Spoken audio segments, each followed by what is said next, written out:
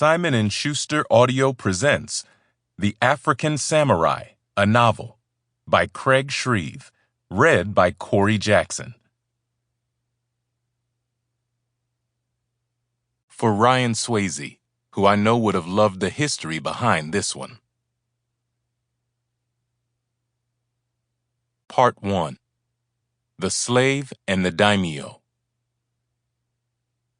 Make a delicious bowl of tea. Lay the charcoal so that it heats the water. Arrange the flowers as they are in the field. In summer, suggest coolness. In winter, warmth. Do everything ahead of time. Prepare for rain. And give those with whom you find yourself every consideration. There is no other secret.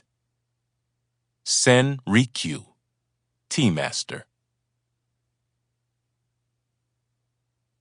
Chapter 1.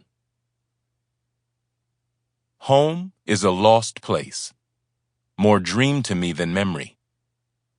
Even the fragments I held on to felt foreign and distant, like things that had happened in another's life, the life of someone who had not been taken away, who had not been severed from his own beginnings. And yet sometimes, a memory would come through so clearly it ached. As a child, my family and a few others from the tribe made the long hike from our village in the shadow of Mount Namuli to the coast. It was late in the year, the time of the laying of eggs. We set our camps on the edge of the beach and watched the turtles come ashore at night, waves of them, with hard, dark shells and soft, speckled underbellies. They seemed to be moving both independently and in unison. They used their flippers to create indentations in the sand and rested atop them. We committed the spots to memory and slept. In the morning, when the turtles had gone, we dug up the eggs, taking only what we needed. We made the trek back to the village with the eggs carried carefully in baskets. About 2 months later, we would make the long hike to the beach again. We set our camps in the same place on the beach's edge. Under the light of the full moon, the sand began to pucker and shift.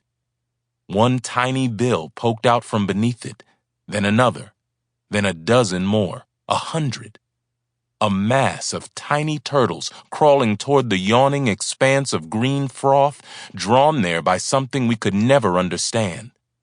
I wanted to believe that they were crawling out to sea to find their mothers, to reunite themselves.